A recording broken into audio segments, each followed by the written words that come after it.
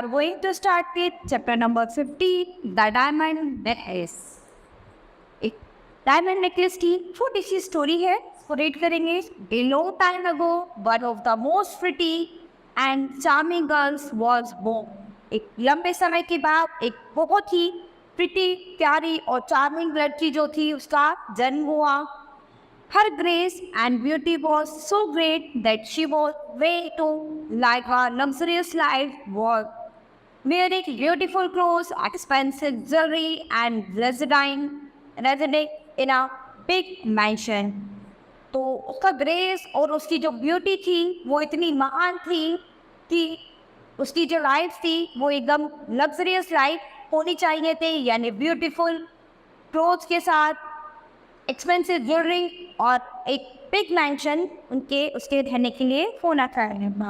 She could have easily been taken as a lady of great wealth, but it seemed that fate played a trick on her and she was born into a poor family. लेकिन ऐसा कुछ नहीं हुआ. जो उसकी जो great wealth थी और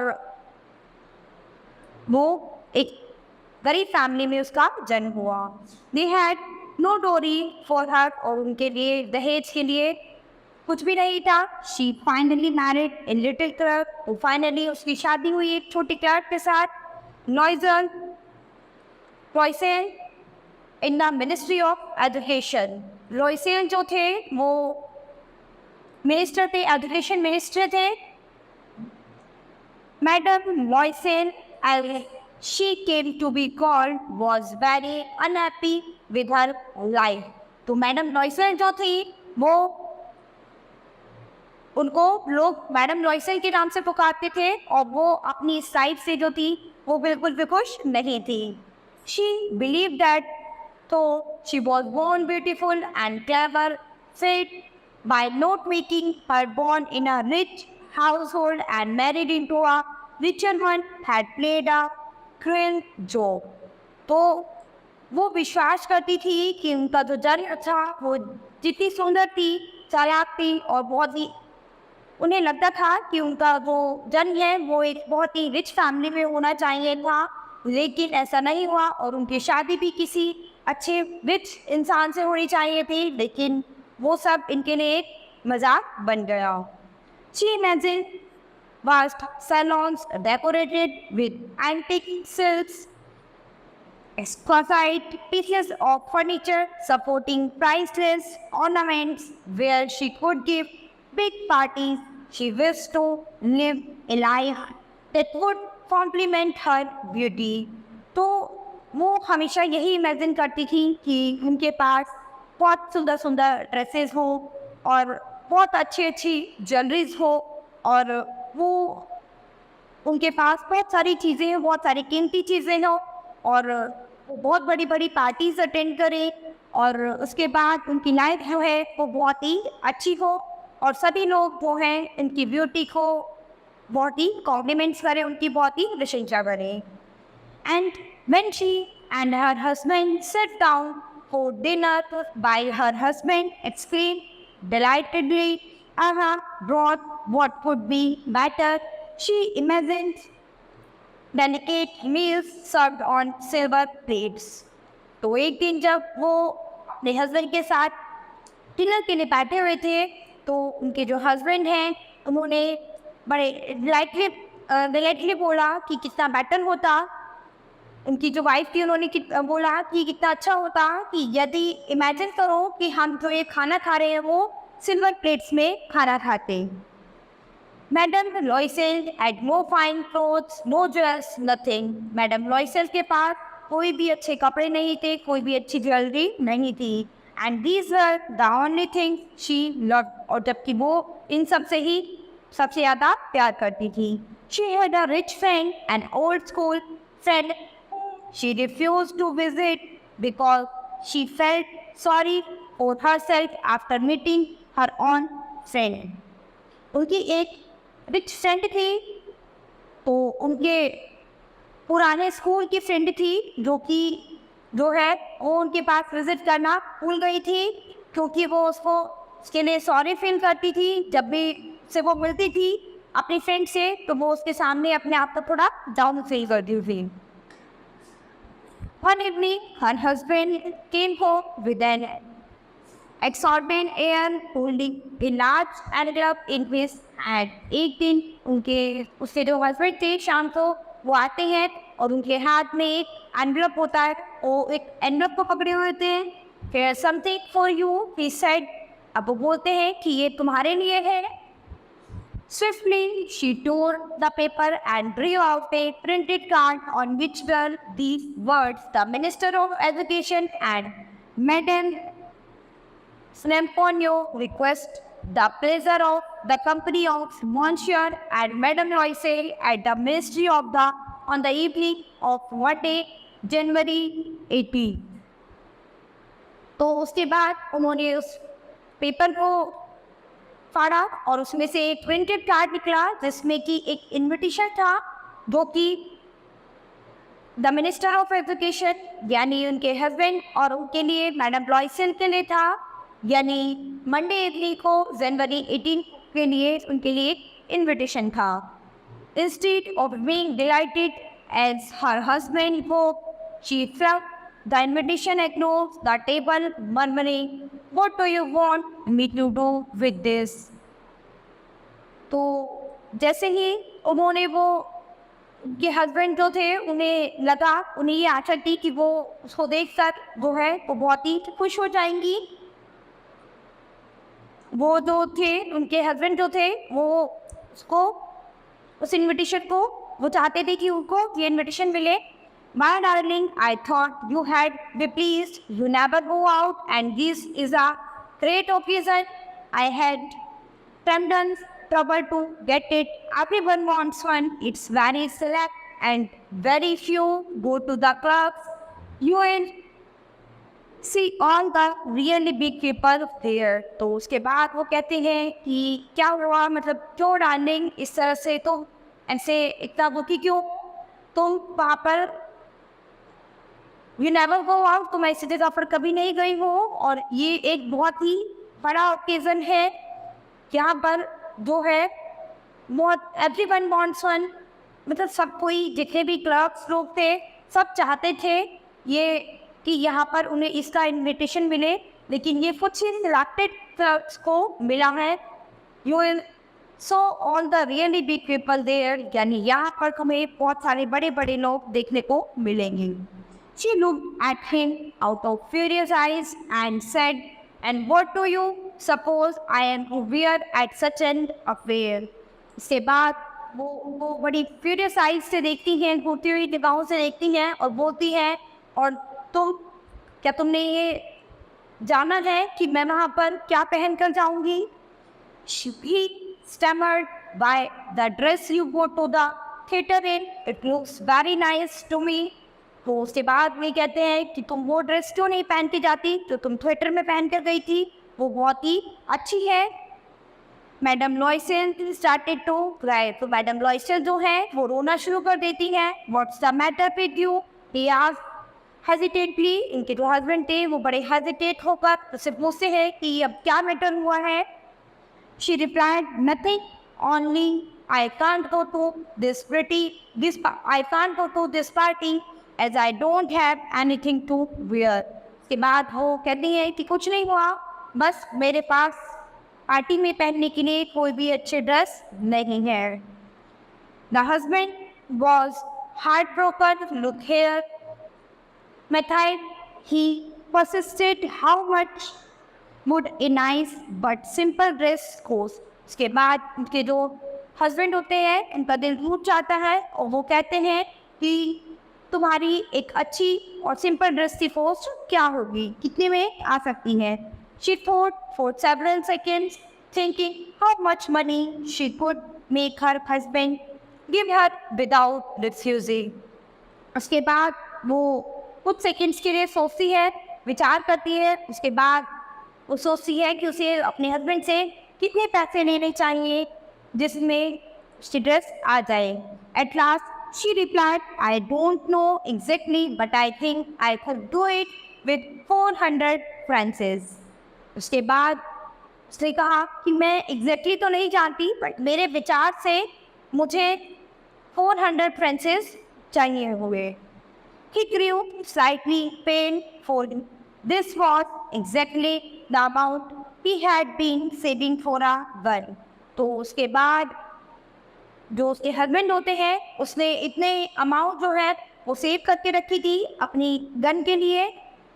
Nevertheless, he said, very well, I'll give you 400 francs. उसके बाद उन्होंने इससे कुछ नहीं कहा और बोला कि ठीक है, मैं तुम्हें 400 फ्रांसेस दे दूंगा। The day of the party drew near and Madame Royce seemed anxious. One evening, her husband said to her, "What's the matter with you? You have been behaving very oddly." Party के जो दिन था वो धीरे धीरे पास आता गया और मैडम रॉयस जो थी फिर से गुस्सा हुई थी, क्रोधित हो गई थी। तो एक दिन इवनिंग में उसके हस्बैंड उनसे कहते हैं कि अब क्या बेटर हुआ है, अब क्या हुआ है और तुम इस तरह से इतना ओडली बिहेव क्यों कर रही हो। I am utterly miserable because I don't have any jewelry to wear with it. मैं बहुत ही, मेरे पास कुछ भी नहीं है और मेरे पास कोई भी ज्वेलरी इसके साथ ड्रेस पे पहनने के लिए नहीं है। How stupid you are, explain her husband. इसके जो हस्बैंड है उसको एक्सप्लेन करते हैं कि तुम बहुत स्टूपिड, एक तो इतने स्टूपिड कैसे हो। Go and see madam Forestier lord friends and ask her to lend you some जज, you know her quite well enough for that.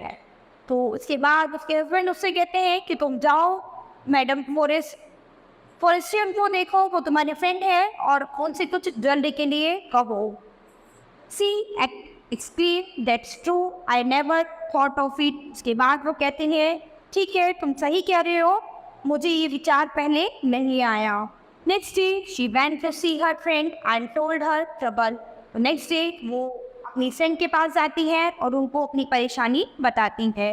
Madam Forestier took madam Loisel to her dressing room and said, choose my dear.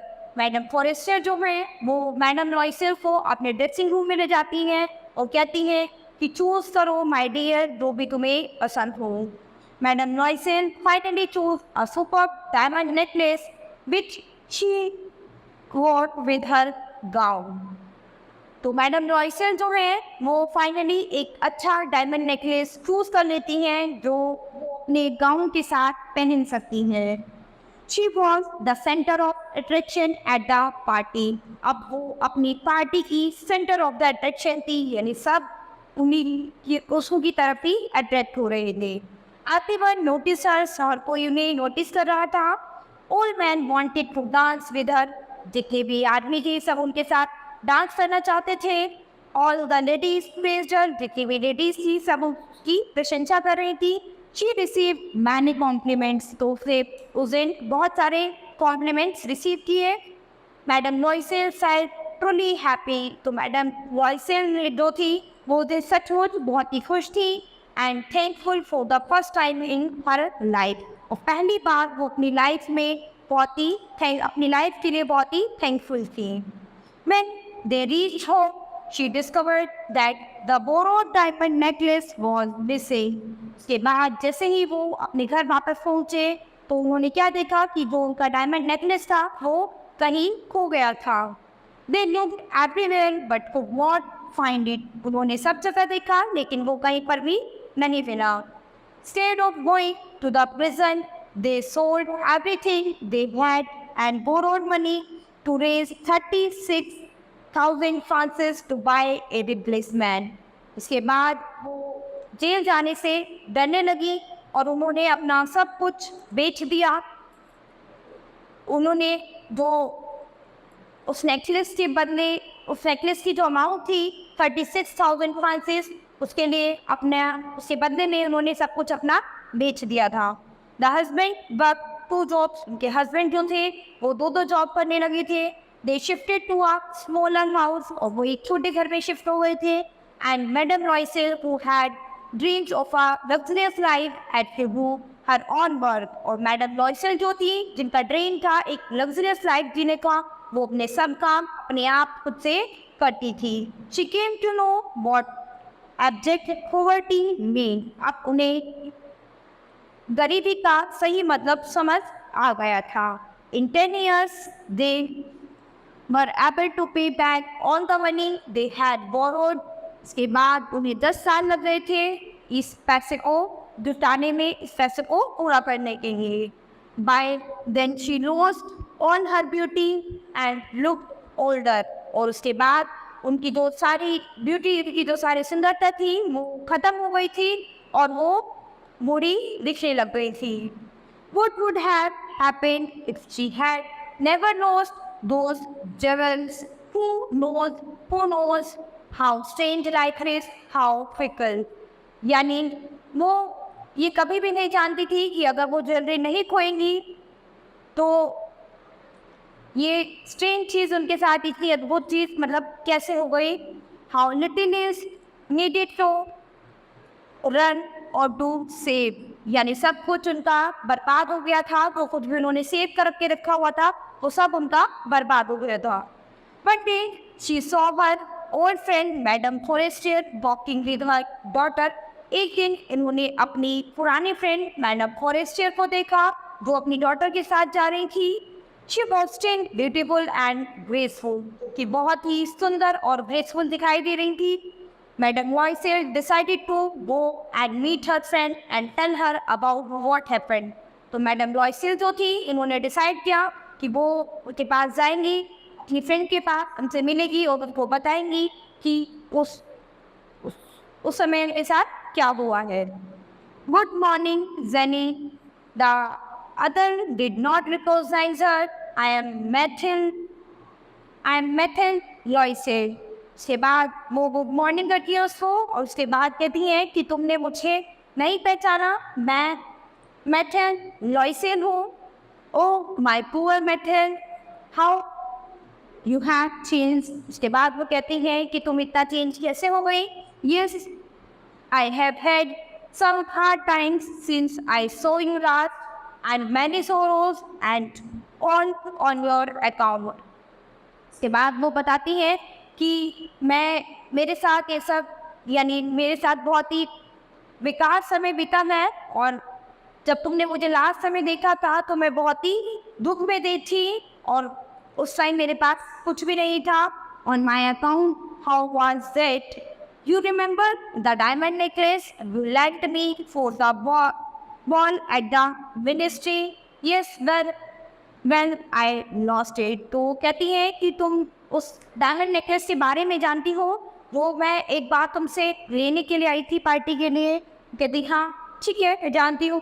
Well I lost it, और वो मुझसे खो गया था।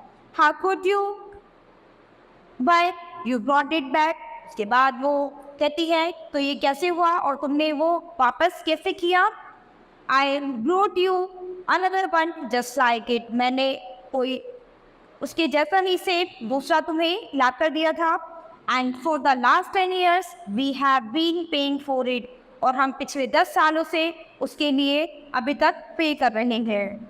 You realise it was not easy for us. तुम ये नहीं जानती कि ये हमारे लिए बिल्कुल भी ईजी नहीं था। वी हैड नो मनी, हमारे पास कुछ भी पैसे नहीं थे। Well it's paid for at last. और अब हमने फाइनली लास्ट एंड तक अभी हमने उसका पेड कर दिया है। Madam Forestier had halted। You say you bought a diamond necklace to replace mine. तो मैडम फॉरेस्टियर जो हैं वो बड़े ही हैरानी से बोलते हैं कि तुम बोल रही हो कि तुमने जो डायमंड नेकलेस मुझे दिया है वो मेरे नेकलेस के बदले में रिप्लेस करके दिया है। And she smile in proud and innocent happiness. उसके बाद एक बड़े ही प्राउड में हंसती है, साइन करती है एक इनोसेंट खुशी के साथ। Madam Forestier deeply move to her two hands. Madam Forester जो है वो मूव करती हैं अपने दोनों हाथ के साथ और कहती हैं oh my poor methyl but mine was an imitations. It was worth at the very most 500 Francis. इसके बाद वो कहती हैं कि जो मेरा वो नेकलेस था वो उतना महंगा नहीं था, उसकी वर्थ तो केवल 500 फ्रांसिस की थी। तो यहाँ पर हमने क्या देखा कि मैडम लॉयसेल जो थी, यानी मैथन लॉयसेल जो थी वो क्या थी, वो एक झूठे उसमें जी रही थी, यानी उन्हें जो थी एक लग्जरियस लाइफ पसंद थी, उसके लिए उनको और उनके हस्बैंड को बहुत बड़ी कीमत चुकानी पड़ी। 10 साल तक उस नेकलेस का जो लोन था वो उतारते रहे, और फाइनली क्या था, उनकी जिस ब्यूटी पर उन्हें इतना प्राउड था, इतना ज़्यादा उन्हें वो था, और वो धीरे धीरे समय के साथ वो ख़त्म हो गई और वो काफ़ी ओल्ड दिखने लगी। तो हमें कभी भी झूठे दिखावे में नहीं रहना चाहिए। तो this chapter has finished, will start with the next chapter in the next class.